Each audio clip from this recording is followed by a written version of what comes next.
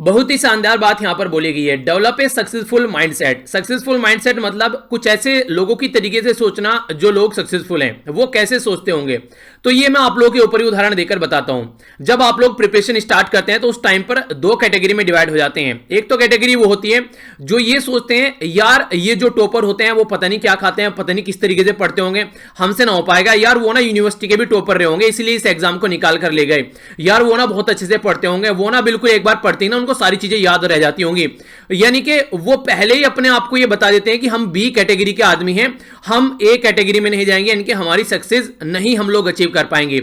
एक तो वो लोग होते हैं। दूसरे लोग वो लोग होते हैं जो कि ये बोलते हैं यार जब उन्होंने कर लिया तो हम भी कर लेंगे, इतना कौन सा बड़ा इसमें पहाड़ पलटना है। यानी कि कहने का मतलब ये वो उसको ऐसे लेते हैं कि वो भी तो हमारे जैसे ही हैं। आप लोग अगर उनको डिवाइड कर दोगे, अलग कैटेगरी में रख दोगे, तो इसका मतलब ये है कि आप लोग रेस स्टार्ट करने से पहले ही बाहर हो चुके हैं। अगर आप लोग सेकंड कैटेगरी में है तो यहां से आप लोग को अपना प्लान बनाकर आगे बढ़ना है। यहां से आप लोग को अपनी चीजों को, टाइम टेबल को ढंग से चीजों को एनालाइज करना है कि पुराना पैटर्न क्या क्या है, किस तरीके से क्वेश्चन पूछे जाते हैं, सिलेबस क्या है, वो चीजें आप लोग देखना स्टार्ट करोगे। पहले वाली कैटेगरी वो लगी रहती है कई कई सालों, उनका कुछ नहीं हो पाता है, ना तो कभी सिलेक्शन होता है, सिलेक्शन तो बहुत दूर की बात है, उन पे प्रीलिम्स भी क्लियर कभी नहीं होगा अगर इस कैटेगरी का माइंडसेट रखकर चलेंगे। क्यों? क्योंकि वो ऑलरेडी अपने दिमाग को ये बता चुके हैं कि हमारे बस की बात नहीं है। सेकंड वो लोग हैं कि हाँ यार उन्होंने किया है, मेहनत की है, हम भी मेहनत करेंगे, जब उन्होंने कर लिया तो हम भी करेंगे। तो ये वाले वो लोग हैं जिनको पता है अब किस तरीके से पैटर्न को लेकर चलना है। अब यहां से भी लोग डिवाइड हो जाते हैं। यहां से कुछ लोग ऐसे होते हैं जो कि एक पैटर्न को पकड़ लेते हैं, उस पर अच्छे से फोकस करते हैं, पूरा रिवीजन करते रहते हैं, चीजों को लेकर चलते हैं। पर लेकिन दूसरे इसमें ये लोग होते हैं कि स्टार्टिंग में तो जोश में पूरा मेहनत करते हैं प्लान बनाकर, फिर जैसे जैसे चीजें आगे चलती है वो ढीले पड़ जाते हैं। तो फिर यहां पर फर्स्ट कैटेगरी जीत जाती है और सेकंड कैटेगरी हार जाती है। पर लेकिन अगर आप लोग इस वाली कैटेगरी में है तो फिर तो देखिए प्रिपरेशन करना ही बेकार है, क्योंकि आप लोग अपने आप को मान ही नहीं रहे हैं कि आप लोग इस जॉब के काबिल भी हैं। आप लोग बोल रहे हैं कि जो सिलेक्शन हो चुका है यार वो तो एक अलग ग्रह के प्राणी है। तो इस तरीके से नहीं करना है। तो इसलिए बोला जाता है कि एक सक्सेसफुल माइंडसेट रखो कि हाँ ये चीजें हमको अचीव करनी है और हम इसको आसानी से अचीव कर पाएंगे। अगर ऐसा सोचोगे तो काम करने में मजा आएगा आप लोगों का, और जो चीजें आप लोगों के सामने होगी आप लोग उसको सॉल्यूशन ओरिएंटेड माइंड से देखोगे। ये नहीं कि यार मेरे ही सामने प्रॉब्लम क्या रही है, मेरे से ही ये क्वेश्चन सोल्व क्यों नहीं होता है, यार पढ़ा लिखा मैं भूल क्यों जाता हूं। आप नहीं भूलते हो, सब भूल जाते हैं, रिविजन करते रहना होता है, उसी को तो मेहनत कहते हैं।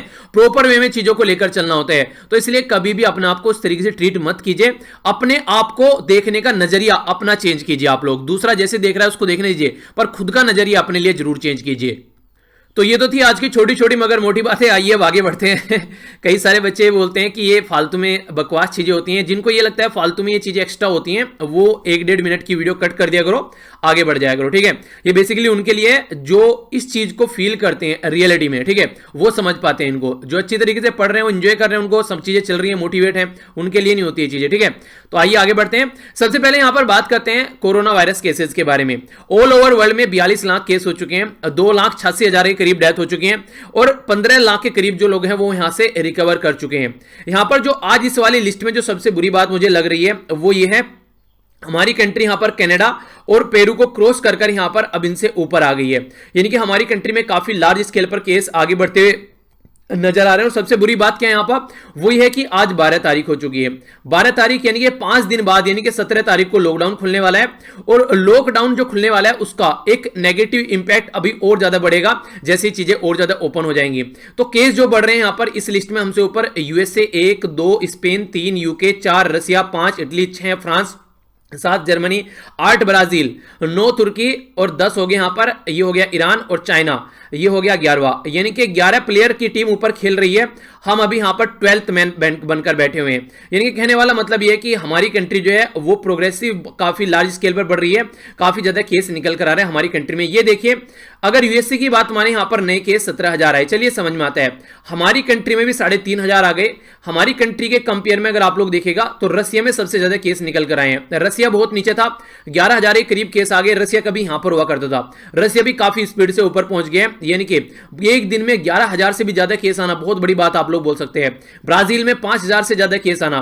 तो अब तक यहां पर दूसरी कंट्री चल रही थी, अब ब्रिक कंट्री यानी कि ब्राजील, रसिया, चाइना को आप लोग छोड़ दीजिए, ये कंट्री आगे निकल कर आ रही है। साउथ अफ्रीका अभी अफ्रीकन कॉन्टिनेंट में है, तो इसलिए वहां पर कोई ज्यादा इंपैक्ट अभी देखने को मिल नहीं रहा है। बाकी अगर ब्रिक कंट्री में बात करें, जैसे कि यहां पर ये हो गया इंडिया, ये हो गया रसिया, ठीक है, और ये हो गया ब्राजील, तो ये कंट्री काफी आगे बढ़कर आ रही है क्योंकि काफी बड़ी पॉपुलेशन कंट्री है। चाइना में भी केस बहुत ज्यादा है, पर लेकिन चाइना जो है वो चीजों को दिखा नहीं रहा है, तो चाइना के बारे में भी बात करना कोई बनता नहीं है। तो हमारी कंट्री में अगर आप लोग देखिएगा यहां पर, तो यहां पर लगभग 70,000 करोड़ लगभग क्या कर ही चुका है यहां पर, और टोटल मिलाकर 2,294 लोगों की जान जा चुकी है। अकेला महाराष्ट्र 20,000 करोड़ कर चुका है, बाकी गुजरात, तमिलनाडु, दिल्ली, राजस्थान, मध्य प्रदेश, ये सारे केस आप लोगों के सामने हैं। तो थोड़ा सा अपने आप का ध्यान रखिए और इन चीजों से अपने आप को सुरक्षित कीजिए। आज का जो आप लोगों का मैं बेस्ट क्वेश्चन है यहां पर, ये काफी डिफरेंस है थोड़ा सा, इसको बोलते हैं मोब्तु सेसे सेको, ये लेक का नाम है। इसको अगर इसको दूसरे नाम से मैं पुकारूं, शायद आप लोगों ने सुना भी होगा, उसको बोलते हैं अल्बर्ट लेक, तो वो भी इसी का नाम है। तो कई बार अलग अलग नाम आप लोगों से पूछ ले आते हैं, इसलिए आप लोगों को कंफर्म होना चाहिए। दूसरे नाम से देता है, आप लोगों को पता होते हुए भी आप लोग आंसर नहीं कर पाते हैं। तो लेक जाकर निहारिएगा कहां पर ये लोकेटेड है, किस कंट्री के अंदर, फिर इसके बारे में हम लोग डिस्कस करेंगे। बाकी काफी कुछ शानदार डिस्कस करने के लिए है आज के द हिंदू न्यूज़पेपर में। तो आइए आर्टिकल्स के ऊपर नजर डालते हैं, कौन से आर्टिकल हम लोग को डिस्कस करने हैं। वैसे तो जो आर्टिकल आप लोग देखिएगा कोविड-19 को ध्यान में रखते हुए आर्टिकल लिखे गए हैं, पर लेकिन जैसे यहां पर आप लोग देखिए ये फोर्स लेबर के बारे में बात कर रहे हैं, तो इसके ऊपर नजर डालेंगे। ये डिस्क्रिमिनेशन के बारे में बात कर रहे हैं, यानी कि जो आदिवासी कम्युनिटी है उसके चलते यहां पर उसको डिस्क्रिमिनेशन देखने को मिल रहा है। कुछ आर्टिकल्स ऐसे हैं, जैसे ये वाला आर्टिकल यहां पर जो ट्रेन चलाई जा रही है वो प्रॉपर तरीके से नहीं चलाई जा रही है, उसके बारे में यहां पर बात की जा रही है। ये वाला जो आर्टिकल है लेबर लॉज जो थे यहां पर उसको ढीला किया गया, उसी के बारे में बात करी है। हालांकि ये भी यहां पर इसमें कुछ चीजें ऐसी हैं जो कि मिक्स फॉर्म आप लोगों को देखने को मिलेगी, इनके मिक्स वेज आप लोग यहां पर नजर आएगी। साइड वाला जो आर्टिकल है यहां पर ये प्लाज्मा थेरेपी के बारे में बात कर रहा है, जो कोविड-19 के इलाज के लिए यूज की जा रही है, तो इसके ऊपर भी हम लोग नजर डालेंगे। ये जो आर्टिकल है यहां पर, ये काफी इंपॉर्टेंट आर्टिकल है, इसको थोड़ा सा डिटेल में डिस्कस करूंगा। अगर आज टाइम नहीं मिला इसको डिस्कस करने का, तो ये संडे में डिस्कस करूंगा, क्योंकि इसके चलते मुझे ये लग रहा है कि आप लोगों को इसी के चलते में थोड़ा सा बहाना मुझे मिल जाएगा कि पार्लियामेंट आप लोगों का कवर करने का, यानी कि इस आर्टिकल में सेकेंड चैंबर यानी कि राज्यसभा के बारे में बात कर रही है। पर लेकिन मैं आप लोगों को यहां पर पूरा पार्लियामेंट पढ़ा दूंगा, रिविजन भी आप लोगों को हो जाएगा। हालांकि पॉलिटी में मैंने पढ़ाया था और ये भी आप लोगों को पता चल जाएगा, क्योंकि 13 जो मई है यहां पर, ये बेसिकली फर्स्ट जो मीटिंग हुई थी यहां पर जो राज्यसभा की, उसके बारे में बात की जा रही है। यानी कि 13 मई में जो फर्स्ट सेशन हुआ था, उसके चलते यहां पर एक तरीके से याद किया जा रहा है कैसे कैसे ये चैंबर पावर में आया था, क्या क्या प्रॉब्लम इसको फेस करनी पड़ी थी। तो ये तो पूरा डिटेल में डिस्कस करूंगा ही, प्लस में मैं आप लोगों को यहां पर पार्लियामेंट के बारे में बता दूंगा। तो ये जो अकेला ये टॉपिक जो है यहां पर, ये लगभग मुझे लग रहा है कि 20 से 30 मिनट के बीच का आप लोगों को हो जाएगा, तो इसको अलग से हम लोग डिस्कस कर लेंगे एक अलग वीडियो में। जिस दिन भी टाइम मिलेगा, आज, कल या फिर संडे में, तो जब भी मुझे टाइम मिलेगा एक पूरा लेक्चर आएगा, बिल्कुल ऐसे जैसे लास्ट 2 संडे से हम लोग डिस्कस कर रहे हैं। लास्ट टू लास्ट वाले संडे जो हम लोगों ने डिस्कस किया था, हम लोगों ने डिस्कस किया था किसके बारे में, न्यूक्लियर जो एक्सपेरिमेंट है उसके बारे में डिटेल में डिस्कस किया था कि फिर से न्यूक्लियर रेस चलने वाली है, ठीक है। और जो इससे लास्ट वाला लेक्चर था वो हम लोगों ने सागर विजन के बारे में डिस्कस किया था लास्ट संडे में। तो पूरा एक टॉपिक होता है जिसमें लगभग 30 मिनट लग जाती है, तो सारी चीजें कवर कर देता हूं, तो इसको भी इसी तरीके से हम लोग कवर कर लेंगे, ठीक है। छूटेगा कुछ नहीं, और डिटेल में कवर करूंगा, तो टेंशन मत लीजिएगा। ये है यूरोपियन यूनियन। यहां पर यूरोपियन यूनियन में आप लोगों को पता है, अगर आप लोग यहां पर ये देखेंगे टोटल जो कंट्री है, जैसे कि स्पेन हो गया, यूके हो गया, इटली हो गया, फ्रांस हो गया, जर्मनी हो गया, ये वो कंट्री है जो यहां पर यूरोपियन यूनियन का पार्ट है। हालांकि यूके बाहर निकल चुका है ब्रेक्जिट के चलते, पर लेकिन बची कुछ जो भी कंट्री है यहां पर, वो काफी ज्यादा प्रॉब्लम फेस कर रही है। तो यहां पर ये आर्टिकल में सजेशन ये दिया जा रहा है कि यूरोपियन यूनियन को मिलकर काम करना चाहिए, एक तरीके से अलग से प्लान लेकर आना चाहिए। आज के डेट में ये दिख रहा है कि हर एक कंट्री अपने अपने ऊपर फोकस कर रही है, यानी कि ग्रुप में कोई काम करने के लिए तैयार नहीं है। जैसे अमेरिका बोलता है अपने ऊपर फोकस करना है, अलग अलग कंट्री जो खासकर हमेशा से यूनियन में रहती हुई आई है, वो भी अपने अपने ऊपर फोकस कर रही है। इटली अपने हिसाब से चल रहा है, फ्रांस अपने हिसाब से, जर्मनी अपने हिसाब से, तो ये कंडीशन देखने को मिल रही है। तो एक ग्रुप में अगर मिलकर काम करेंगे इसके साथ में लड़ने का, तो वो ज्यादा बेटर रहेगा, ये सजेशन देने की कोशिश की जा रही है, ठीक है। तो बाकी आइए अब जो आर्टिकल इंपॉर्टेंट है, और खासकर जो आज का कार्टून है वो काफी इंटरेस्ट है। हालांकि इसके बारे में मैंने आप लोगों से पहले भी डिस्कस किया था। कंडीशन क्या है, एक साइड में वंदे भारत एक्सप्रेस चलाई जा रही है, यानी कि वंदे भारत जो मिशन हमारा चलाया जा रहा है, बाहर से हमारी कंट्री में लोगों को वापस लाया जा रहा है। रीजन क्या है, यहां पर अगर आप लोग देखेंगे तराजू जो है उनकी तरफ को झुकी हुई है, क्योंकि यहां पर पैसे की बात आ जाती है। और दूसरी साइड में डंडे भारत चल रहा है। डंडे भारत मतलब क्या है, डंडे भारत यह कि हमारी कंट्री में जो आदिवासी मजदूर हैं जो इधर उधर फंसे हुए हैं वो बेचारे कुछ तो रेल ट्रैक पर कटकर मर रहे हैं, कुछ ऐसे भूखे मर रहे हैं। तो एक साइड में ये कंडीशन है। आज के कई सारे आर्टिकल आप लोगों को इसके ऊपर देखने को मिलेंगे। ये यहां पर समझाया जाएगा, एक तो नॉर्मल लेबर होती है, एक यहां पर आदिवासी वाली लेबर है, तो उसके बारे में मैं आप लोगों को डिटेल में बताऊंगा। तो ये चीजें आप लोग ध्यान रखिएगा। क्वेश्चन भी आप लोगों को काफी शानदार इंटरेस्टिंग यहां से आने वाला है, जो आप लोगों को अटेम्प्ट करना है। ये देख लीजिए, सारे जो आर्टिकल है कंबाइन कर जो भी आप लोगों को यहां पर समझ में आएगा, एक अच्छा सा आंसर आप लोग लिखने की कोशिश यहां पर कीजिएगा। बात की जा रही है कोविड-19 पेंडेमिक के चलते जो पुअर है, यानी कि जो गरीब है, वो सबसे ज्यादा मारा जा रहा है। यानी कि सबसे कठिन जो मार है उसी को पड़ रही है यहां पर लॉकडाउन की, क्योंकि फैक्ट्री जो है वो बंद हुई पड़ी है आज के डेट में, और इंटरनल माइग्रेशन जो है वो यहां पर एक तरीके से रोक दिया गया है, खासकर लोगों का। और एक तरीके से ये जो इंटरनल माइग्रेशन है, आजादी के बाद में सबसे बड़ा माइग्रेशन यहां पर बोला जा रहा है। यानी कि आजादी के बाद में यहां पर इतने ज्यादा लोग से, इतने ज्यादा जो लोग थे वो कभी भी माइग्रेट नहीं हुए, ठीक है। तो इंटरनल माइग्रेशन जो है यहां पर पार्टीशन की अगर बात करते हैं, उससे बाद में सबसे ज्यादा लोग माइग्रेट कर रहे हैं आज के डेट में, वरना इतना बड़ा माइग्रेशन कहीं नहीं देखने को मिला। तो इसको आप लोगों को बेसिकली यहां पर एग्जामिन करना है। कोशिश क्या करनी है, अच्छा सा आंसर लिखना है। अगर आप लोग एसएससी बैंकिंग की तैयारी करें तो ऐसे की फॉर्म में छोटा सा लिख सकते हैं। अगर पीसीएस की तैयारी करें तो 100 से 150 शब्द में। अगर यूपीएससी की तैयारी कर रहे हैं तो 200 से 250 शब्द में आप लोगों को लिखना है। लिखना कहां पर है, फेसबुक पर ग्रुप है, वहां पर जाकर लिखिए, या फिर वीडियो के नीचे आप लोग कमेंट बॉक्स में भी अपना आंसर लिख सकते हैं, जहां पर भी आप लोगों को सुटेबल लगे। आइए अब आगे बढ़ता हूं, एक एक आर्टिकल को यहां पर देखते हैं, जिसको आप लोग समझ पाएंगे ढंग से। सबसे पहले यहां पर बात समझिए, क्या बोलने की कोशिश की जा रही है कि लड़ाई तो स्टार्ट की थी पेंडेमिक के खिलाफ कि हाँ महामारी को हम लोगों को हराना है, पर लेकिन यहां पर जो लड़ाई हो गई यहां पर ये जो वर्कर हैं, खासकर स्पेशली आदिवासी वर्कर, उनके खिलाफ ये वॉर हो गई है। क्यों?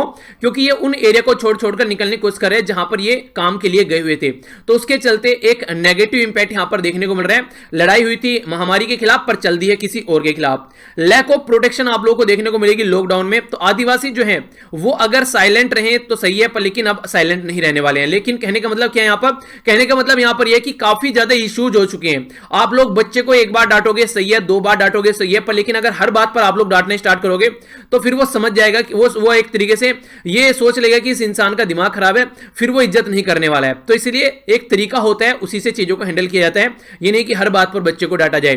तो वही बातें यहां पर आदिवासी जो प्रॉब्लम फेस कर रहे हैं, उससे एक अलग ही तरीका पैटर्न निकलकर हमारी कंट्री में आया है। अभी यहां पर एक पर्टिकुलर पर्सनैलिटी का नाम लिया जा रहा है यहां पर, जिनका नाम था यहां पर जमलो मकदम, ठीक है। तो नाम जो भी है इसको छोड़िए, कोई XYZ कोई पर्सनैलिटी थी यहां पर, ये मान लीजिए कोई यहां पर एक आदिवासी लड़की थी, ठीक है। तो यहां पर जो ये आदिवासी लड़की थी, ये चले कहां से, तेलंगाना से। तेलंगाना से पहुंचना था कहां पर, छत्तीसगढ़ में। तो बहुत लंबी डिस्टेंस थी, चलते चलते बेचारे तेलंगाना से छत्तीसगढ़ पहुंचने ही वाले थे कि इस लड़की की डेथ हो गई। अब यहां से समझिए आप लोग, ये हो गया तेलंगाना, अब बॉर्डर क्रॉस करके छत्तीसगढ़ में इनको जाना था।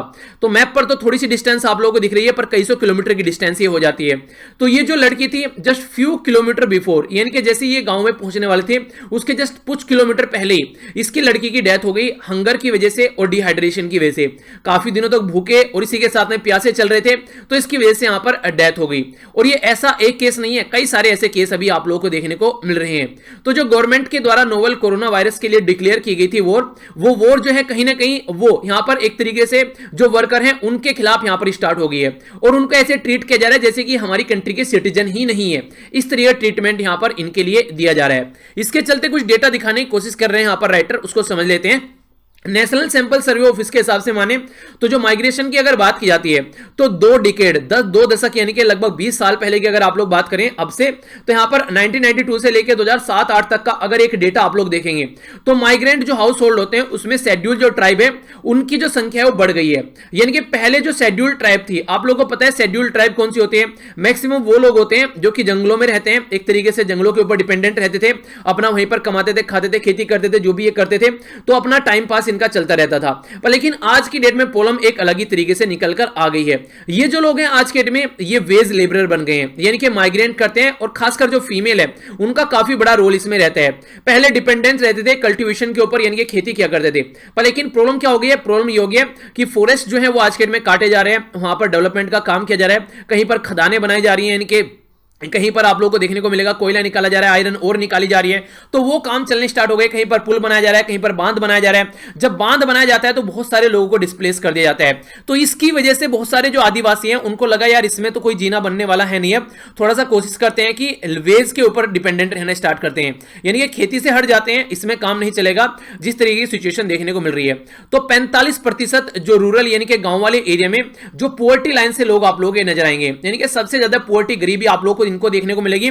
ना तो कोई एजुकेशन के बारे में बात करता है, ना ही कोई हेल्थ के बारे में बात करता है, ना ही कोई जॉब के बारे में बात करता है।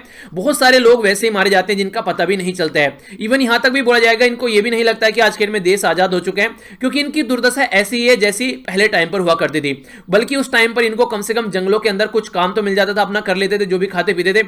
आज के दिन में और भी ज्यादा टफ सिचुएशन यहां पर हो गई। हालांकि अंग्रेजों ने भी कोई कसर नहीं छोड़ी थी, वो एक अलग बात है।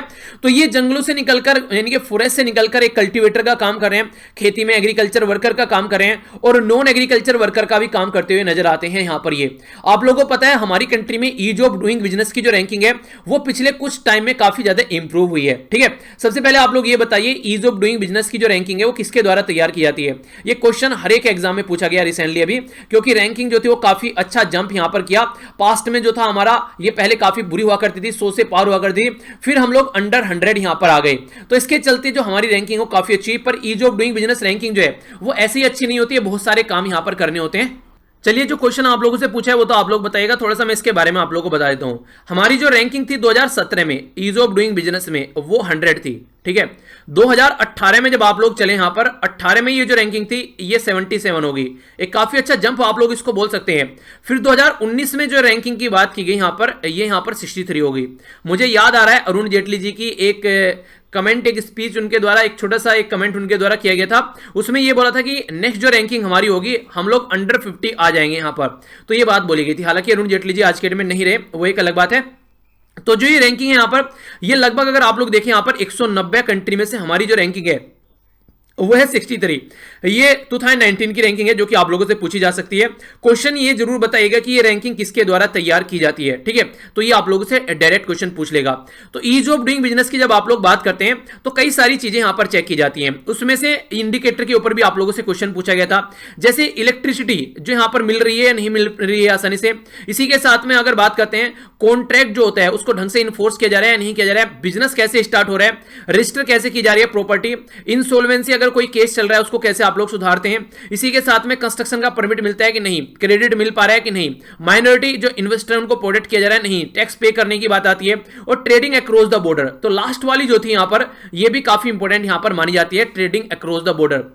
तो जो ये ईज ऑफ डूइंग बिजनेस है यहां पर, तो इसके चलते क्या था, जो यहां पर ईज ऑफ डूइंग बिजनेस की बात की गई तो जो बहुत सारे आदिवासी कम्युनिटी थी उनको ये आशा की किरण लगी कि भैया हाँ सही है, अब थोड़ी सी जो बातें हैं वो थोड़ी सहूलियत होगी और हमको काम मिलना स्टार्ट होगा। तो इन्होंने डिस्प्लेस करना स्टार्ट कर दिया अपने राज्य में, तो अपने राज्य में ही, अपने राज्य से दूसरे राज्य में भी जाना स्टार्ट कर दिया। तो लैंड जो थी, जो फॉरेस्ट जो थे, वो रिसोर्सेज वो वगैरह सब वो इनसे छीने जा रहे थे, इनसे लिए जा रहे थे, क्योंकि डेवलपमेंट सब चीजें चल रही थी। तो ये सबसे बड़े माइग्रेंट वर्कर कम्युनिटी उभर कर सामने आई, यानी कि फॉरेस्ट के ऊपर डिपेंडेंट रहने वाली ये कम्युनिटी एक बहुत बड़ी माइग्रेंट कम्युनिटी बन गई। और पैटर्न अगर आप लोग माइग्रेशन का यहां पर देखोगे तो वो थोड़ा सा डिफरेंट है दूसरे लोगों से। ये शॉर्ट टर्म का आप लोगों को नजर आएगा, ऑफन सीजनल देखने को मिलेगा, और सर्कुलेटरी नेचर का आप लोगों को नजर आएगा, खासकर स्टेट के अंदर भी और इंटर स्टेट के अंदर भी। यानी कि ऐसा नहीं है कि यहां पर परमानेंट जॉब इनको कोई मिल रही है, नहीं, सीजनल एग्रीकल्चर वर्कर और कंस्ट्रक्शन वर्कर आप लोगों को देखने को मिलेंगे। इसी के साथ में भट्टे में काम करते हुए आप लोगों को नजर आएंगे, जहां पर ईंटें बनाई जाती है, और manual worker labour urban area में काम करते हुए नजर आएंगे। अगर महाराष्ट्र के बारे में आप लोग बात करेंगे, जहां पर सबसे ज्यादा केस अभी आप लोग अपनी कंट्री में देखने को मिल रहे हैं, ठीक है, तो महाराष्ट्र के अंदर अकेले के यहां पर जो आदिवासी माइग्रेंट जो ये फिशिंग वर्कर का भी काम करने के लिए माइग्रेंट करते हैं, और आदिवासी जो खासकर जो यंग वुमेन है वो क्या करती है, डोमेस्टिक वर्कर का काम करती है, यानी कि घर में साफ सफाई, ये सारे काम ये इनके द्वारा किए जा रहे हैं। तो कहने का मतलब ये जो उसके ऊपर डिपेंडेंट हुआ करते थे खेती बाड़ी के ऊपर, वो आज के में इस पैटर्न में आ गए हैं। तो जो पैटर्न है माइग्रेशन का, वो यहां पर क्या कर रहे हैं, किस तरीके से वहां पर पहुंचते हैं। बहुत सारे कॉन्ट्रैक्टर होते हैं, आप लोगों ने देखा होगा कि मैं जॉब दिला दूंगा, चलो मेरे साथ में शहर में चलो, ठीक है। तो ये क्या करते हैं, यहां पर लेकर आते हैं गांव से, और कई बार क्या रहते हैं, इनको काफी ज्यादा प्रॉब्लम फेस करनी पड़ती है, बेचारे कई बार तो फंस जाते हैं। पैसा लेकर कई बार कॉन्ट्रैक्टर भी भाग जाता है, पैसा मिल जाता है, पर लेकिन इनको कैसे बाउंडेड लेबर की तरीके से ट्रीट किया जाता है। कई बार ऐसे रखा जाता है कि ये तो प्रॉपर्टी होगी हमारी, बस अब इनसे काम कराते रहो। तो ये सिचुएशन भी आप लोगों को देखने को मिलती है। कई सारे ऐसे केस भी आप लोगों ने देखे होंगे, कई बार न्यूज में चीजें आती रहती हैं कि कमरे में बंद कर रखा जाता है, अपने आप काम पर निकल जाते हैं, घर में छोड़कर चले जाते हैं। कई सारी सिचुएशन भी देखने को मिलती है, पिटाई करते हैं, कई बार ऐसी कंडीशन भी निकल कर आती है। आखिर अभी गुस्सा क्यों आ रहा है यहां पर राइटर को, इसलिए आ रहा है कि इंटर स्टेट जो यहां पर माइग्रेंट वर्कमैन एक्ट 1979 था, ये एक ओनली ऐसा माइग्रेंट वर्कर के लिए जो लॉ था जिसको स्क्रैप कर दिया गया था यहां पर गवर्नमेंट के द्वारा, ठीक है। तो गवर्नमेंट के द्वारा यहां पर स्क्रैप किया गया लेबर रिफॉर्म के नाम पर, यानी कि एक लोता जागता यहां पर बेचारा ये एक्ट था, इसको भी लेबर रिफॉर्म के नाम पर चेंज कर दिया गया और इसको मर्ज कर दिया गया लेबर कोड के साथ में। एक तरीके से कहीं ना कहीं जो वर्किंग क्लास है उसके राइट छीने गए यहां पर, और जो जीता गया यहां पर ये उनके लिए दिया गया, जो यहां पर फैक्ट्रीज हैं, फैक्ट्रीज ओनर हैं, उनके लिए इसको आसान किया गया। उस टाइम पर भी काफी ज्यादा प्रोटेस्ट देखने को मिल रहा था, क्योंकि आज के डेट में जिस तरीके से लॉकडाउन में सफर कर रहे हैं, क्योंकि काम तो इनके पास में है नहीं, विदाउट वर्क आदिवासी माइग्रेंट वर्कर जो हैं वो बेचारे क्या सोचेंगे, यार घरों को ही चलते हैं, कम से कम कहीं पर तो जाकर अपना कुछ देखेंगे। पर लेकिन यहां पर जो गवर्नमेंट की जो पॉलिसीज हैं उनमें ये इनविजिबल है, यानी कि इनको कोई फोकस ही नहीं दिया जा रहा है। ये जो करेंगे करते रहेंगे, बस अपने मजे में गवर्नमेंट जो है वो फोकस दे रही है कि बाहर से जो फंसे हुए उनको ले आते हैं, इंडस्ट्री बर्बाद हो गई उनके ऊपर काम कर लेते हैं, तो उनके ऊपर ज्यादा फोकस है। माइग्रेंट वर्कर, खासकर आदिवासी माइग्रेंट वर्कर में भी आदिवासी पर तो बिल्कुल भी फोकस नहीं है, ऐसा राइटर बोल रहे हैं। पब्लिक डिस्ट्रीब्यूशन जिसको पीडीएस आप लोग बोलते हैं, जिसके थ्रू खाना पीना प्रोवाइड कराया जाता है, आदिवासी एरिया में काफी ज्यादा इरेगुलर है, यानी कि ये बिल्कुल ऐसी है जैसे आप लोग करते हैं, एक दिन मेहनत करके पढ़ लिए और पिछले आगे 10 दिनों तक किताब ही नहीं उठाई। तो इसी तरीके से इरेगुलर यहां पर हिली एरिया में, यानी कि जो पर्वत एरिया है वहां पर आदिवासियों की कंडीशन देखने को मिलती है। भूखमरी की वजह से और स्टारवेशन, यानी कि एक तरीके से कुछ भी इनको खाने पीने के लिए नहीं मिल पाता है, काफी ज्यादा प्रॉब्लम इनको फेस करनी पड़ती है। इमरजेंसी कंडीशन में तो और ज्यादा इनके लिए इमरजेंसी बन गई है। हालांकि Mahatma Gandhi national rural employment guarantee scheme, जिसको शॉर्ट फॉर्म में MGNREG आप लोग बोलते हैं, ये स्कीम स्टार्ट की गई 20 तारीख से, पर लेकिन इसमें कोई भी हार्डली ऐसा नहीं है कि कोई इसमें आदिवासी माइग्रेंट वर्कर आप लोगों को नजर आएगा। उस एरिया में ये स्कीम ढंग से इंप्लीमेंट नहीं की जाती है, अच्छे खासे एरिया में ढंग से इंप्लीमेंट की नहीं की जाती है, उस एरिया की तो बात आप लोग छोड़ ही दीजिए। तो पहला तो ये आर्टिकल है जिसमें ये बात की गई है। अब नेक्स्ट आर्टिकल में क्या बातें दिखाने की कोशिश की जा रही है उसको देख लेते हैं। नेक्स्ट आर्टिकल में बोला जा रहा है कि एक तरीके से कंफ्यूजन है यहां पर, कई सारे राज्य बोल रहे हैं कि हम लोग हेल्प प्रोवाइड कराएंगे, इनको जो माइग्रेंट वर्कर हैं अपने एरिया में वापस लेकर आएंगे, पर रियलिटी में एक कंसेंसस यहां पर आप लोगों को देखने को नहीं मिलता है, उसमें कंफ्यूजन है। कई सारे बोल रहे हैं, देखिए यहां पर दो पैटर्न आप लोगों को नजर आएंगे। एक तो राज्य वो हैं जो ये सोच रहे हैं कि अगर माइग्रेंट वर्कर राज्य के अंदर आएंगे तो वो बीमारी लेकर आएंगे, इसलिए उनको राज्य के अंदर घुसने ही ना दिया जाए, इसलिए टाला मटोली करें।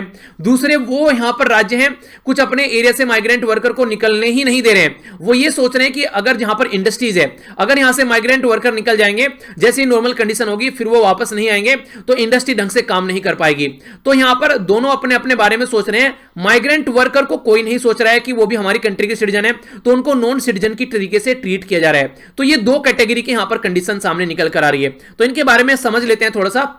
अभी सेंटर के द्वारा 15 पेयर्स ऑफ ट्रेन स्टार्ट की गई न्यू दिल्ली से लेकर मेजर सिटीज में, अलग अलग कंट्री में रिलैक्स किए गए लॉकडाउन की जो रिस्ट्रिक्शन थी। जो ये नई ट्रेन है वैसे देखा जाए तो लाइफ लाइन मानी जा रही है, जो स्टैंडर्ड यानी कि जो फंसे हुए लोग हैं तो उनके लिए लाइफ लाइन मानी जा रही है। खासकर थाउजेंड्स ऑफ माइग्रेंट जो वर्कर हैं उनके लिए यहां पर बात की जा रही है श्रमिक स्पेशल ट्रेन के बारे में। पर लेकिन ये स्पेशल ट्रेन जितना एक्सपेक्ट की जा रही थी उस एक्सपेक्टेशन के हिसाब से काम करती हुई नजर नहीं आई। बहुत सारे चैलेंज देखने को मिले ट्रांसमिशन के नाम पर, क्योंकि ये लग रहा है कि बहुत सारा ट्रांसमिशन नोवल कोरोना वायरस का भी एक एरिया से दूसरे एरिया में यहां पर हो जाएगा। कई सारे जो राज्य हैं, कई सारे जो स्टेट हैं वो बात कर रहे हैं, जो डोमेस्टिक ट्रेवलर हैं उनके लिए पास प्रोवाइड करा रहे हैं, पर लेकिन वो भी डिसफंक्शनल आप लोगों को नजर आएगा, इनके ढंग से प्रोवाइड नहीं करा पा रहे हैं।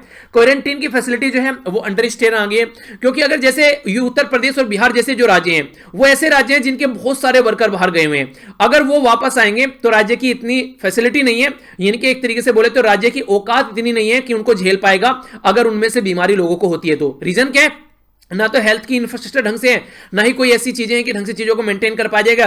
सेंटर के द्वारा तो रूल और रेगुलेशन बना दिए कि भैया ये रेड, ये ग्रीन, ये येलो, ये ऑरेंज और ये ब्लू और ये येलो, पता नहीं क्या क्या कलर कर दिए, पर लेकिन क्या राज्य उसको फॉलो कर रहे हैं? उसको ग्राउंड लेवल पर राज्य फॉलो नहीं कर रहे हैं, ऐसा बोल रहे हैं राइटर।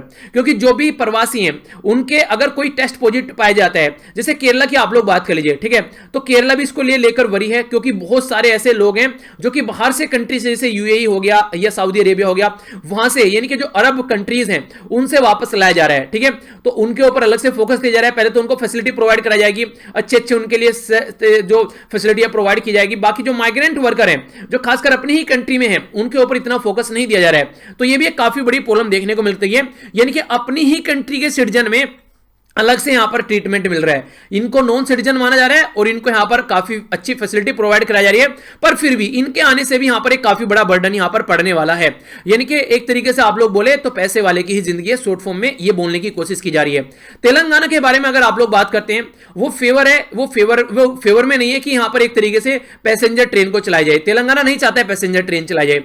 कर्नाटका जो है वो यहां पर चाहता है 14 डे का इंस्टीट्यूशनल क्वारंटीन रखा जाए, पर लेकिन इस इंस्टीट्यूशनल क्वारंटीन में भी ये कहीं ना कहीं जो रिस्ट्रिक्शन है वो एक अलग से आप लोगों को देखने को मिलेगी, ठीक है। यानी कि कई बार तो ऐसे भी राज्य हैं जैसे कि यहां पर केरला के अंदर देखिए, वो ये कह रहे हैं कि भैया आप लोग होम क्वारंटीन ही रख लीजिए, यानी कि हमारी इतनी हैसियत नहीं रही कि हम सबको आप लोगों को क्वारंटीन प्रोवाइड कराएं इंस्टीट्यूशनल, तो इंस्टीट्यूशनल मॉनिटरिंग रखेंगे, पर अपने घर में जाओ, अपने आप को एक कमरे में पैक कर लो और सबसे दूर रहो। ऐसा है यहां पर। अगर आप लोग ये बात देखेंगे तो सेंटर के द्वारा यह माना जा रहा है कि सेंटर ने यहां पर एक डिलेमा क्रिएट कर दिया। डिलेमा क्या होती है? दुविधा होती है। दुविधा कैसी? बिल्कुल ऐसी जैसे मॉर्निंग में जब अलार्म आप लोग का बजता है तो एक तो बोलता है उठ जाता हूं यार, पढ़ लेता हूं, दूसरा बोलता है दिमाग नहीं अभी क्या उठना है, सो जाओ यार, मजा आ रहा है सोने में। तो मां जीता कौन सा है? सोने वाला, कि 10 मिनट और सो लेते हैं, और वो 10 मिनट कब आधे घंटे और कब 1 घंटे में कन्वर्ट हो जाती है पता नहीं चलता है। फिर उठते हैं फ्रस्ट्रेट हो गए, यार आज फिर ऐसा ही हो गया, लेट हो गया फिर से। तो वो कंडीशन आप लोगों को देखने को मिलती है। तो राज्य की ऐसा ही डिलेमा हो गया, यहाँ पर कई सारे ऐसे डिलेमा में चलते हैं। तो इस बार प्रीलिम्स दें कि ना दें? प्रीलिम्स दिया तो अटेम्प्ट हो जाएगा काउंट, और प्रीलिम्स नहीं दिया तो अटेम्प्ट नहीं होगा काउंट, तो अब की बार रहने देते हैं। बहुत सारे ऐसे डिलेमा में रहते हैं। एक और बात बता दूं, कई सारे बच्चे क्वेश्चन पूछते रहते हैं, जब तक आप लोग फॉर्म भर देते हैं कोई दिक्कत नहीं है, पर फॉर्म भर के जब तक आप लोग एग्जामिनेशन सेंटर में जाकर नहीं बैठोगे, वहां पर आप लोग की अटेंडेंस नहीं लगेगी, तब तक आप लोग का अटेम्प्ट काउंट नहीं माना जाएगा। ये बात कई बार बोल चुका हूं, स्पेशल वीडियो भी इनके ऊपर बना रखी है, सारी वीडियो बना रखी है, ऐसे कैसे लिखना है, आप लोग को आंसर राइटिंग कैसे करनी है, टाइम टेबल कैसे बनाना है, ये बार बार आप लोग पूछते रहते हैं। सारी वीडियो बनी है टोटली, अगर सर्च करोगे सब मिल जाएगी। न्यूज़पेपर से नोट्स कैसे बनाने हैं, सारी वीडियो बना रखी है टोटली, पर सर्च तो करो एक बार लिख के बाय वीर, आप लोगों को सारी चीजें डिटेल में डिस्कस मिल जाएंगी वहां पर, ठीक है। अगर बात करें यहां पर डिलेमा के बारे में, तो डिलेमा है यहां पर जो स्टेट है यहां पर, क्योंकि home ministry standard operating protocol तो बना दिया सबके लिए, पर लेकिन उसको फॉलो कौन कर रहा है, उसको इंप्लीमेंट कौन कर रहा है, वो यहां पर देखने को मिला। लास्ट वीक जो है यहां पर चल रहा है जो लॉकडाउन का, अभी समझ में ये नहीं आ रहा है कि चीजों को लेकर कैसे चलना है। कोई स्टैंडर्ड प्रोटोकॉल अब तक तैयार नहीं की गई है, जो कि यहां पर ओपन होगा 17 तारीख को, उसको कैसे डील करके चलना है, किस तरीके से यहां पर इससे बाहर निकलना है। यानी कि लॉकडाउन पर लॉकडाउन चल रहे हैं, अब लॉकडाउन 4 आने वाला है, हो सकता है, पर लेकिन अब तक ये नहीं चल रहा है कि कैसे इसका सॉल्यूशन निकाला जाए। तो ये भी सोचने वाली बात है, यानी कि किस तरीके से सॉल्यूशन करेंगे। दूसरों की गलतियों से बिल्कुल नहीं सीखना, जैसे चाणक्य साहब के द्वारा बोला गया था कि दूसरों की गलतियों से सीखो। तो यूएसए, यूरोप, एशिया में कई सारे ऐसे एरिया हैं जिनसे हम लोग सीख सकते हैं। तो एक्सपीरियंस जो है वहां पर उनसे सीखिए, किस तरीके से क्या क्या डिसीजन लिए गए, क्या न करने से प्रॉब्लम हो जा रही है और क्या करने से प्रॉब्लम को टैकल किया जा सकता है। तो वो सारी चीजें आप लोग यहां पर देख सकते हैं। डिफिकल्टी है, आप लोग समझते हैं कि फिजिकल डिस्टेंसिंग रखने में ये काफी ज्यादा प्रॉब्लम यहां पर देखने को मिल रही है। इन्फेक्शन जो है वो रैपिडली बढ़ते हुए हमारी कंट्री में नजर आ रहे हैं। ट्रेन बसेस जो हैं वो अफोर्डेबल भी हैं और आसानी से आप लोग उनको चला सकते थे एक प्रॉपर स्टैंडर्ड के थ्रू, पर लेकिन आप लोग उनको मेंटेन नहीं कर पा रहे हैं ढंग से चीजों को। ट्रेनों जो बस थी यहां पर, अगर आप लोग मोस्ट अफोर्डेबल वे माना जा रहा है कि फंसी हुई लेबर को उनका घर पहुंचाओ, पर आप लोग ऐसा कर ही नहीं रहे। फिजिकल डिस्टेंसिंग रख के, मास्क यूज करके, हैंड वॉश यूज करके आसानी से आप लोग इसको इंप्लीमेंट कर सकते थे। पर लेकिन जिस तरीके से राज्य का रवैया यहां पर देखने को मिल रहा है, भेजने वाले कई सारे राज्य जहां पर इंडस्ट्री है वो भेजने के लिए तैयार नहीं है, लेने वाले कई राज्य लेने के लिए तैयार नहीं है, क्योंकि वहां पर इतनी ज्यादा इंफ्रास्ट्रक्चर नहीं है। तो फंसे हुए हैं बेचारे, तो क्या करें यहां पर। तो सिटीजन जो है वो राजी हो जाएंगे प्रोटोकॉल को पालन करने के लिए, जो भी आप लोग चाहते हैं उन सब चीजों को पालन करने के लिए। पहले उनके लिए आप लोग फैसिलिटी तो प्रोवाइड करो। पहले तो क्लैरिटी इसमें ही नहीं है कि उनको कुछ आने जाने के लिए चीजें मिलेंगी या नहीं मिलेंगी। रूल और जो रेगुलेटरीज है यहां पर वो इतनी ज्यादा उल्टी सीधी हो रही है, एक तरीके से और ज्यादा एंजाइटी क्रिएट कर दे रही है लोगों के अंदर में, ठीक है। यानी कि यहां पर एक तरीके से बोले ना कि अब की बार प्रीलिम्स होगा कि नहीं होगा, हाँ चलो करा देते हैं, नहीं यार अब की बार रहने देते हैं। तो इस तरीके से बच्चों के माइंड में चल रहा है कि पता नहीं कब क्या क्या होगा, पर लेकिन आप लोग प्रिपरेशन कंटिन्यू रखिए, जब होगा यानी कि बिल्कुल ऐसे ही माइग्रेंट वर्कर की तरीके से जैसे ही ट्रेन मिलेगी भाग के चढ़ जाना है, बस मिलेगी भाग के चढ़ जाना है, ठीक है। तो जैसे ही प्रीलिम्स होगा आप लोगों को बस भाग के पेपर देना है। तो इसलिए अपनी प्रिपरेशन जो है वो कंटिन्यू रखिए, टेंशन नहीं लेते हैं, ठीक है। तो ये हैं कुछ बातें जो कि आप लोग ध्यान रखिएगा। और प्रीलिम्स जब मैं बोलता हूं इसका मतलब ये नहीं कि यूपीएससी की बात कर रहा हूं, ठीक है, वो एक अलग बात है कि थोड़ा सा फोकस उस पर ज्यादा हो जाता है, पर लेकिन सारे एग्जाम्स की बात कर रहा हूं जो भी एग्जाम्स यहां पर रुके हुए हैं। अगर आप लोग एसएससी और बैंकिंग की तैयारी कर रहे हैं तो उनके लिए भी आप लोग प्रॉपर तैयार रहना। ये मत सोचिएगा कि सर हमारे बारे में बात ही नहीं करते। एक बच्चा बोल रहा है सर मैंने देखा नहीं आप हमारे बारे में बात बहुत कम करते हो ऐसा कुछ नहीं है यार, सारी चीजें सब है, सही है, बस थोड़ा सा अपने आप को नॉर्मल रख के प्रिपरेशन करते रहो, ठीक है। नेक्स्ट काफी इंपॉर्टेंट आर्टिकल है, ये भी इसी पर्टिकुलर टॉपिक के बारे में बात करें, और ये टॉपिक काफी ज्यादा इंपॉर्टेंट हो गया, सारे एक जगह इकट्ठे कर मैंने आप लोगों को पढ़ा दिया है। अब क्वेश्चन का आंसर दे पाओगे कोई भी इस टॉपिक से रिलेटेड आएगा। क्या बात की जा रही है, एक साइड में तो इक्वल फ्रीडम की बात की जा रही है, एक साइड में फोर्स लेबर की बात की जा रही है। हमारे संविधान में अगर आप लोग बात करोगे तो पार्ट 3 है जिसमें हम लोग फंडामेंटल राइट के बारे में बात करते हैं संविधान में। पार्ट 3 में से आर्टिकल 12 से लेकर आर्टिकल 35 के बारे में बात करेंगे तो फंडामेंटल राइट आते हैं। इन फंडामेंटल राइट के अंदर जो आर्टिकल 23 और आर्टिकल 24 है यहां पर लेबर के बारे में बात करते हैं, यानी कि फोर्स लेबर वगैरह नहीं होना चाहिए। आर्टिकल 24 बात करता है कि चाइल्ड लेबर वगैरह नहीं होना चाहिए। तो इन सब के बारे में यहां पर बात की जाती है। अगर यानी कि अगर कोई ऐसा आप लोगों के साथ में करता है तो ये एक तरीके से अनकॉन्स्टिट्यूशनल है और ये एक तरीके से फंडामेंटल राइट का भी यहां पर हनन हो रहा है। डायरेक्ट आप लोग कोर्ट में जा सकते हैं, ऐसा यहां पर राइटर बोलने की कोशिश कर रहे हैं, पर लेकिन एग्जैक्टली क्या है उसको थोड़ा समझ लेते हैं। अभी यहां पर बहुत सारे राज्य जो हैं हमारे संविधान में, अगर स्टार्टिंग में आप लोग बात करोगे ये बोला गया था कि लगभग 8 घंटे आप लोग काम करिए और बाकी से अपने लाइफ को एंजॉय कीजिए, पर लेकिन अभी हिमाचल प्रदेश, राजस्थान, पंजाब सबने जो वर्किंग आवर है वो बढ़ाने की बात की जा रही है, यानी कि 8 घंटे से 9 घंटे से 12 घंटे तक यहां पर बढ़ाया जा रहा है। बोला जाए कि कम से कम वीक में 72 घंटे आप लोगों को काम करने हैं, यानी कि 12×72, यानी कि आप लोगों को 6 दिन भी अगर काम करते हैं तो 12-12 घंटे 72 घंटे काम करने हैं। अगर 12-12 घंटे नहीं करने हैं तो आप लोग इसको घटा सकते हैं, यानी कि कुछ कम कर लीजिए, आप लोग संडे में भी काम कीजिए फिर वरना, ठीक है। तो ऐसी बात की जा रही है। पर लेकिन आप लोगों को याद होगा एक कार्टून मैंने डिस्कस किया था कि 72 घंटे तो हम लोग काम कर लेंगे यार, पहले आप जो लोग जॉब तो प्रोवाइड कराओ। तो ये भी सिचुएशन एक साइड में देखने को मिल रही है। तो समझते हैं इसके बारे में। सून आफ्टर इंडिपेंडेंट अगर आप लोग बात करेंगे, यहां पर जो कॉन्स्टिट्यूशन था वो आप लोगों को पता है हमारी कंट्री में संविधान बनाया गया। संविधान में यहां पर चेयरपर्सन थे भीमराव अंबेडकर जी, जिनको यहां पर एक तरीके से ड्राफ्टिंग कमेटी का चेयरमैन आप लोग बोलते हैं, और इन्हीं के द्वारा यहां पर पूरा संविधान जो था इनकी अध्यक्षता में ड्राफ्ट किया गया।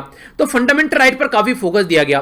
फंडामेंटल राइट पर फोकस देने का रीजन था, आप लोग समझिएगा, दो चीजें आप लोगों को देखने को मिलती है, एक तो है फंडामेंटल राइट और दूसरी साइड में आप लोगों को देखने को मिलती है डीपीएसपी। इनको क्या बोलते हैं, इनको बोलते हैं directive principle of state policy. Fundamental right जो है यहां पर आप लोगों को जो प्रोवाइड कराए गए हैं, अगर इनका हनन हो रहा है तो आप लोग डायरेक्ट कोर्ट में जा सकते हैं, पर लेकिन अगर डीपीएसपी का हनन हो रहा है जो कि पार्ट 4 में देखने को आप लोगों को मिलती है, ठीक है, ये पार्ट 3 में है, ये पार्ट 4 में है, ठीक है, तो कंफ्यूज नहीं होना है। अगर इनका हनन हो रहा है तो आप लोग कोर्ट में नहीं जा सकते हैं। पर हां, जैसे ही आप लोग जो डायरेक्टिव प्रिंसिपल, इसका मतलब क्या है, खुद नाम से ही निकल कर आता है डायरेक्टिव प्रिंसिपल, यानी कि कुछ प्रिंसिपल हैं जो डायरेक्ट करेंगे स्टेट पॉलिसीज, यानी कि जो गवर्नमेंट रहेगी उसकी पॉलिसी बनाने में। यानी कि अगर जो स्टेट की पॉलिसी जो है वो जनता के वेलफेयर के लिए यहां पर नहीं रहती है, जनता के फायदे के लिए नहीं रहती है, तो जनता जैसे ही इलेक्शन आएगा इनके पछवाड़े पर लात मारकर इनको यहां से हटाएगी और फिर किसी और गवर्नमेंट को लेकर आएगी। क्या मतलब हो गया इसका मतलब यहां पर यह हो गया कि वैसे तो आप लोग कोर्ट में नहीं जा सकते उनको लेकर, पर लेकिन डीपीएसपी यहां पर यह जरूर बताता है कि 5 साल आप लोगों को झेलेंगे, बस 5 साल के बाद में फिर हमको मौका मिलेगा, फिर आप लोगों को हम आपकी औकात दिखाएंगे। तो डीपीएसपी का मतलब यह होता है कि स्टेट को यह बोलता है कि वेलफेयर पॉलिसी लेकर आओ ताकि जनता आप लोगों को आने वाले टाइम में भी वोट दे। पर लेकिन फंडामेंटल राइट का क्या मतलब है, फंडामेंटल राइट का मतलब यह कि ये जो गवर्नमेंट है जो आजाद थी अंग्रेजों के टाइम पर भी दुनिया भर के अत्याचार यहां पर जनता के ऊपर किए जाते थे, अब कोई ऐसा अत्याचार नहीं करेगा। अब एक वेपन यहां पर दे दिया किसके हाथ में, ये जनता के हाथ में भी दे दिया फंडामेंटल राइट का वेपन। अगर इनके ऊपर अत्याचार हो रहा है, इनको कोई काम करने से रोक रहा है, अपना एक्सप्रेशन यानी कि अपनी फ्रीडम आजादी को यूज करने से रोक रहे हैं, तो ये डायरेक्ट कोर्ट में जा सकते हैं, यानी कि इनका फंडामेंटल राइट है, यहां पर ये कोर्ट में डायरेक्ट जा सकते हैं। तो ये बात भी यहां पर समझाने की कोशिश इसमें की जा रही है। कहने का मतलब क्या हो गया, सीधे सीधा मतलब यहां पर ये हो गया कि फंडामेंटल राइट जो है वो स्टेट की पावर को रोकने का काम करते हैं, ऐसा आप लोग बोल सकते हैं। यानी कि जो स्टेट है वो काफी पावरफुल है, जनता को आप लोगों को पता है हमारी कंट्री में कैसी दुर्दशा बनाई गई थी, 1975 से लेकर 77 तक इमरजेंसी लगा दी गई।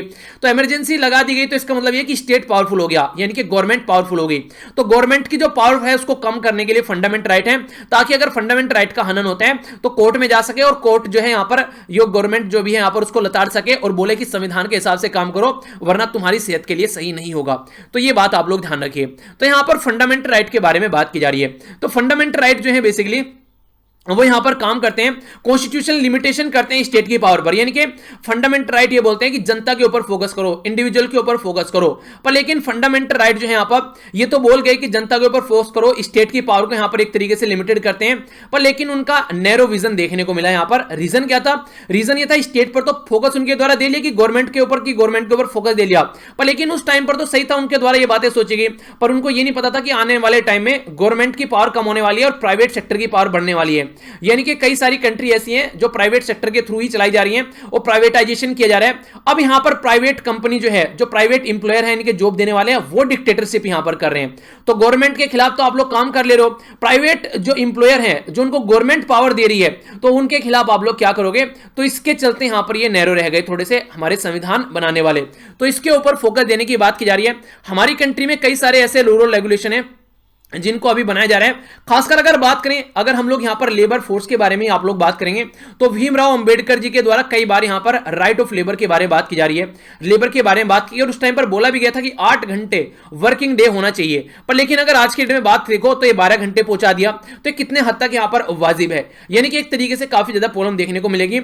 अगर लेबर के बारे में बात करें तो कराची सेशन की बात की जा रही है, जिसको बिल ऑफ राइट्स के तरीके से यहां पर ये प्रेजेंट किया गया था 1931 में, तो उस टाइम पर भी यहां पर कई सारी ऐसी बातें की गई। उस टाइम पर यह बोला गया कि जो लेबर राइट है उनको फ्रीडम ऑफ एक्सप्रेशन और स्पीच के साथ में आप लोगों को कंपेयर करने हैं, यानी कि इससे कम नहीं है ये राइट, यानी कि एक तरीके से लेबर के जो राइट हैं वो उनको ऐसे कंपेयर आप लोगों को करना है जैसे freedom of speech and expression की बात की जा रही है, एक फंडामेंटल कैटेगरी में इनको रखा गया, पर लेकिन आज की डेट में ऐसा कुछ दिख नहीं रहा है कि यहां पर फंडामेंटल कैटेगरी में इनको ट्रीट भी किया जा रहा है। प्रीएम्बल यानी कि प्रस्तावना जो है हमारी संविधान में, वो पॉलिटिकल फ्रीडम के बारे में बात करती है और जिसमें रियल इकोनॉमी फ्रीडम के बारे में बात करती है। इसके चलते यहां पर हर एक पर्सन अपने हिसाब से काम कर सकता है। जब प्रिंसिपल की आप लोग बात करते हैं इंडियन कॉन्स्टिट्यूशन में, directive principle of state policy में, तो उसके बारे में बात की जा रही है कि फंडामेंटल राइट जो है बेसिकली उनके ऊपर ज्यादा फोकस दिया जाता है जब आप लोग यहां पर बात करते हैं, यानी कि राइट अगेंस्ट जो फोर्स लेबर है यहां पर, जो कि आर्टिकल 23 के बारे में मैंने आप लोग बात करी, वो यहां पर बोलता है कि कोई भी ऐसा फोर्स लेबर यहां पर नहीं होना चाहिए, और आर्टिकल 24 यहां पर चाइल्ड लेबर नहीं होना चाहिए। बहुत बार क्वेश्चन पूछे जा चुके हैं ये, तो इनके बारे में आप लोग याद रखिएगा, यानी कि एक तरीके से फोर्स लेबर नहीं होना चाहिए। तो इसके बारे में जब फोर्स लेबर के बारे में बात करते हैं तो दो चीजें आप लोगों को फिर से रिवाइज करा देता हूं, जो डिस्कस भी की थी और आज के आर्टिकल में भी है, फिर से ये चीजें ये आप लोगों को एक तो देखने को मिलेगा कॉन्स्टिट्यूशनली इनवैलिड है अगर इस तरीके की एक्टिविटी आप लोग करते हैं, और दूसरा क्या किया जा रहा है यहां पर इंटरनेशनल कमिटमेंट के भी खिलाफ है फोर्स लेबर। फोर्स लेबर का मतलब क्या है? फोर्स लेबर का बिल्कुल आप लोग ये मतलब बोल सकते हैं कि एक साइड में कुआं और एक साइड में खाई, यानी कि इधर जाओ तो मरे और इधर जाओ तो मरे। अब उनके पास में ऑप्शन ये है कि आप लोग यहीं पर ही रुके रहो, यानी कि किधर भी नहीं जाना है। जब यहां पर सब जो वर्कर हैं उनको आप लोग एक जगह बांध दे रहे हैं, उनको कहीं जाने के लिए छोड़ ही नहीं रहे हैं, और उनको कोई चॉइस भी नहीं दे रहे हैं कि यहां पर आप लोग कुछ और कर सकते हैं, जहां पर काम कर रहे हैं वहीं पर ही काम करते रहना है। तो एक तरीके से नो चॉइस का होना भी एक तरीके से यहां पर फोर्स लेबर हो गया, और वो भी एक तरीके से मिनिमम वेज नहीं मिल रही है, यानी कि जितनी वेज उनको मिलनी चाहिए उतनी वेज भी नहीं मिल रही है जो काम वो कर रहे हैं उसके लिए। 12-12 घंटे आप लोग उनसे काम करा रहे हैं और सैलरी के बारे में कोई बात ही नहीं कर रहे हैं, यानी कि घंटों के बारे में बात की जा रही है बस, तो उसको आप लोग कैसे देखकर चलोगे? तो इसके चलते यहां पर एक केस था सुप्रीम कोर्ट में जिसको बोलते हैं PUDR, यानी कि people's union for democratic rights versus union of India 1982। इसमें यहां पर यह बातें बोली गई थी कि फोर्स का मतलब क्या है। जब आप लोग ऑप्शन ही नहीं छोड़ रहे हो तो एक तरीके से फोर्स ही हो गया ना, उनको मजबूरी में वो काम करना पड़ेगा, तो ये आप लोग एक तरीके से गलत काम यहां पर कर रहे हो। दूसरा, इंटरनेशनल लेबर पर भी यहां पर यह बात बोली गई थी कि अगर कोई डिजास्टर आता है, कोई पैंडेमिक आती है, कोई महामारी आती है, तो उस टाइम पर आप लोग क्या करोगे? उस टाइम पर आप लोग एक तरीके से उनको चॉइस दोगे कि वो अपने हिसाब से फ्रीली चूज कर सकते हैं एम्प्लॉयमेंट पर, लेकिन आप लोग वो भी नहीं करने दे रहे हो। तो यहां पर भी international labour organisation employment and जो decent work for peace resilience जो रिकमेंडेशन है 2017 की, उसको आप लोग फॉलो नहीं कर रहे हो। तो एक तरीके से आप लोग क्या कर रहे हो? फोर्स लेबर यहां पर करा रहे हो। तो कहने का मतलब यह है कि फंडामेंटल राइट का आप लोग यहां पर हनन कर रहे हो, सीधी सीधी बात यह बोलने की कोशिश की जा रही है। तो इसको आप लोग समझ सकते हैं, तो यह बात यहां पर समझाई गई है इस पर्टिकुलर आर्टिकल के अंदर। ठीक है, जल्दी से एक छोटा सा आर्टिकल और है जिसके ऊपर नजर डाल लेते हैं। यह बात की जा रही है प्लाज्मा थेरेपी के बारे में। प्लाज्मा थेरेपी के बारे में मैंने आप लोगों को पहले भी बताया था। पहले तो प्लाज्मा आप लोग समझ लीजिए होता क्या है। जैसे ये आपकी बॉडी में ब्लड पार्ट है, ठीक है, तो ब्लड में आप लोगों को देखने को मिलेगा रेड ब्लड सेल होती हैं, ठीक है, इसी के साथ में यहां पर प्लेटलेट्स होती हैं और व्हाइट ब्लड सेल होती है, ठीक है।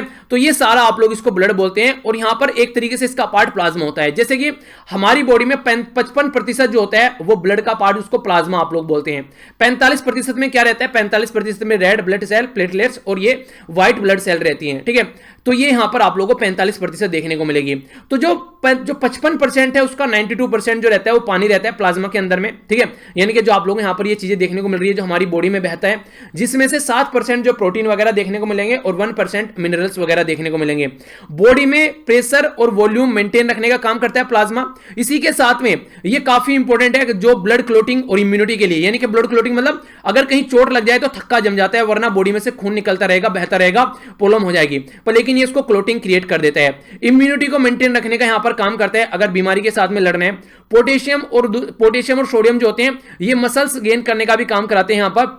उसी के साथ में यहां पर ब्लड में जो सपोर्टर सेल फंक्शन का भी काम करते हैं, पीएच को यहां पर प्रॉपर मेंटेन रखने का भी काम करते हैं। तो ये सारा काम यहां पर प्लाज्मा के थ्रू किया जाता है। अब प्लाज्मा थेरेपी आप लोग समझिए। प्लाज्मा थेरेपी यहां पर यह है कि यहां पर मान लीजिए ये पर्सन कोई ए है, यानी कि मान लीजिए यहां पर मैं हूं, ठीक है, तो वीर यहां पर वी पर्सन हो गया, मुझे यहां पर कोविड-19 की बीमारी हो गई, ठीक है, तो कोविड-19 की बीमारी होगी और मैं कुछ दिनों बाद यहां से रिकवर कर गया, ठीक है। फिर हमारी कंट्री में किसी और पर्सन को यह बीमारी हुई, तो मैं क्या करूंगा, मेरे ब्लड निकालकर ब्लड में से प्लाज्मा इस पर्टिकुलर पर्सन को यहां पर प्लाज्मा दे दिया जाएगा। यानी कि इस पर्टिकुलर पर्सन के अंदर जो जो मेरा ब्लड जाएगा, क्योंकि मेरे ब्लड में कहीं ना कहीं ये इतनी पावर हो गई कि वो कोविड-19 के साथ में लड़कर बाहर निकल आया, तो मेरे ब्लड की इम्यूनिटी सिस्टम जो एंटीबॉडी है वो ताकतवर हो गई।